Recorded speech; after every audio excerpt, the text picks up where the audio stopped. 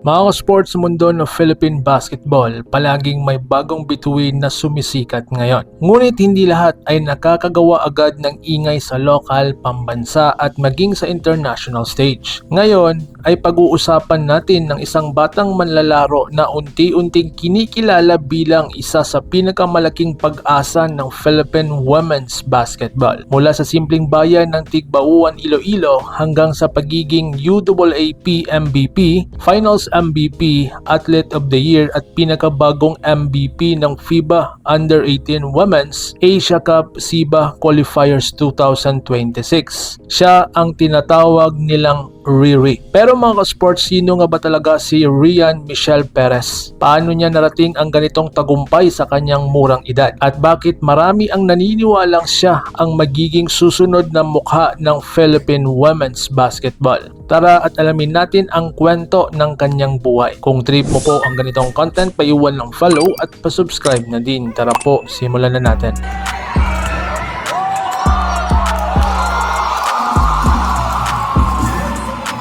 Mga ka-sports, dito muna tayo sa kabataan at pinagmulan niya. Mga ka-sports, si Ryan Michelle Perez o mas kilala natin bilang Riri ay ipinanganak po at lumaki sa Tigbauan, Iloilo. Bata pa lamang ay kitang-kita na ang kanyang pagmamahal sa sports, lalo na po sa basketball. Habang ang karamihan sa kanyang mga kaedad ay naglalaro lamang para sa kasiyahan, ang batang ito ay nagpapakita na agad ng pambihirang dedikasyon at disiplina. Nag-aral po siya sa Tigbauan National High School kung saan unang nahasa ang kanyang talento. Sa iba't ibang lokal na torneo sa Iloilo at Western Visayas, madalas po siyang maging pangunahing sandigan ng kanyang kupunan. Dahil sa kanyang husay sa paghawak ng bola, depensa, rebounding at liderato sa loob ng court, hindi nagtagal ay napansin siya ng mga scouts mula sa Metro Manila. Dito po nagsimulang mabuksan ang mas malalaking oportunidad para sa Batang Ilongga. So ngayon,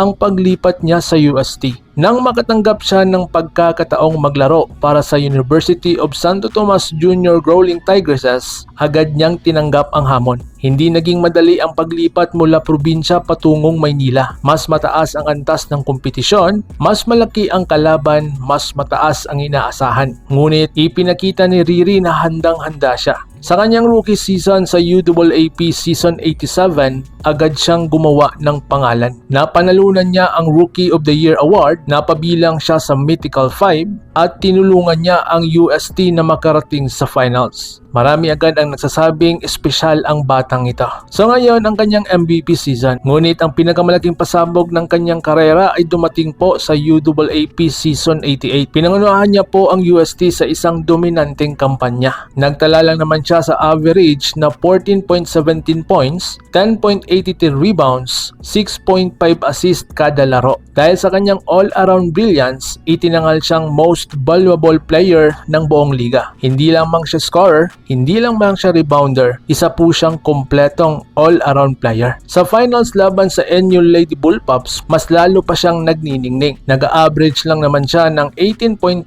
points, 10.5 rebounds, 3.5 assists at 3 steals every game. Dahil dito, nakuha rin niya ang Finals MVP at tinulungan ang UST na masungkit ang kampyonato. So dito naman tayo sa kanyang Athlete of the Year. Hindi lamang MVP at Finals MVP ang kanyang nakuha mga ka-sports ha. Dahil sa kanyang pambihirang season, ginawa rin din siya bilang UAAP High School Athlete of the Year. Patunay ito na isa siya sa pinakamahusay na high school athlete sa buong bansa. So dito naman tayo sa kanyang international recognition. Last year, 2025, sumali siya sa Jordan Brand The One Manila Qualifier. Tinalo lang niya naman ang ilan sa pinakamahuhusay na batang babaeng manlalaro sa Pilipinas. Dahil dito, siya ang napiling kumatawan sa bansa sa New York City. Mas lalo pang sumikat ang kanyang pangalan nang maitampok siya sa Jordan Brand billboard sa Times Square. Isang karangalang bihirang makamit ng isang batang Pilipinong atleta. So dito naman tayo sa kanyang latest career, pagpasok niya sa Gilas Pilipinas Women. Dahil sa kanyang talento,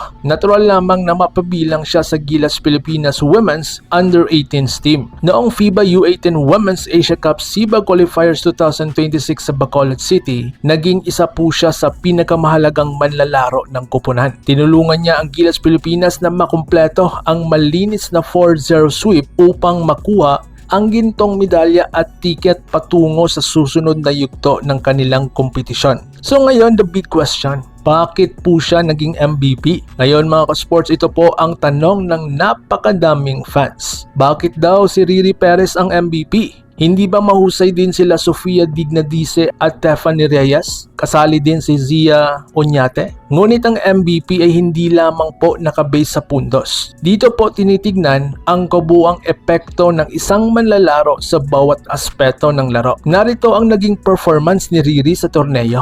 Sa laban sa Vietnam, nakapagtala lang naman siya ng 16 points, 7 rebounds at 4 na steal. Habang sa Singapore naman, 7 points at naging bahagi ng balanced scoring attack ng koponan. Dito naman sa laban niya sa Thailand, 6 points, 10 rebounds, 5 assists, 3 steals at 3 blocks. And lastly, sa kanilang final game kontra Indonesia, 18 points, 5 rebounds at 4 na assists. At siya rin ang naging best player of the game. Mapapansin na hindi lamang siya pure scorer ha. Nagbibigay siya ng rebounds, nagbibigay siya ng assists, nagkakaroon siya ng steals, nagkakaroon siya ng blocks. At higit sa lahat, nagbibigay siya ng liderato sa buong koponan. Sa laro kontra Thailand, halos makumpleto pa niya ang isang napakahirap na triple-double type performance dahil sa kanyang kontribusyon sa iba't ibang aspeto ng kanyang laro. Ito po ang dahilan kung bakit siya ang napiling MVP ng torneo. Hindi dahil siya lamang ang pinakamagaling, kundi dahil siya ang may pinakamalaking kabuuang epekto sa bawat panalo ng Gilas Pilipinas Under-18 Women. So ngayon, pagpubukay kina Sofia at Tiffany. Gayunpaman, hindi dapat maliitin ang kontribusyon ni na Sofia Dignadice at Tiffany Reyes ha.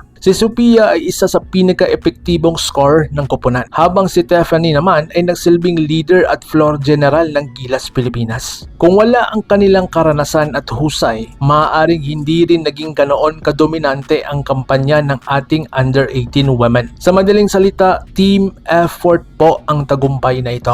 Ngunit pagdating sa MVP voting, ang all-around impact ni Riri Perez ang naging dahilan upang siya ang tanghaling pinakamahalagang manlalaro ng torneo. So ngayon, ang kinabukasan ng Philippine Women's Basketball. Sa murang edad, nakamit na ni Riri Perez ang tagumpay na pinapangarap lamang ng maraming atleta. UAAP Rookie of the Year, Mythical 5, UAAP MVP, Finals MVP, Athlete of the Year, Jordan Brand Representative at ngayon FIBA U18 SIBA Qualifiers MVP. Kung magpapatuloy ang kanyang sipag, dedikasyon at pagmamahal sa laro, hindi malayong makita natin siyang maging isa sa pinakamalaking pangalan sa Philippine Women's Basketball sa mga susunod na taon. Kaya mga ka-sports, ano ang masasabi ninyo kay Ryan Riri Perez? Karapat-dapat ba siyang maging MVP ng torneyong ito? Sa tingin nyo ba ay siya na ang susunod na malaking bituin ng Philippine Women's Basketball? I-comment ninyo ang iyong opinion sa ibaba at babasahin ko yan. And of course, huwag kalimutang i-like, share at subscribe para sa mas marami pang Gilas, Pilipinas updates, basketball stories at sports fit yours. Maraming salamat sa panunood at mabuhay ang Philippine Basketball. God bless us all.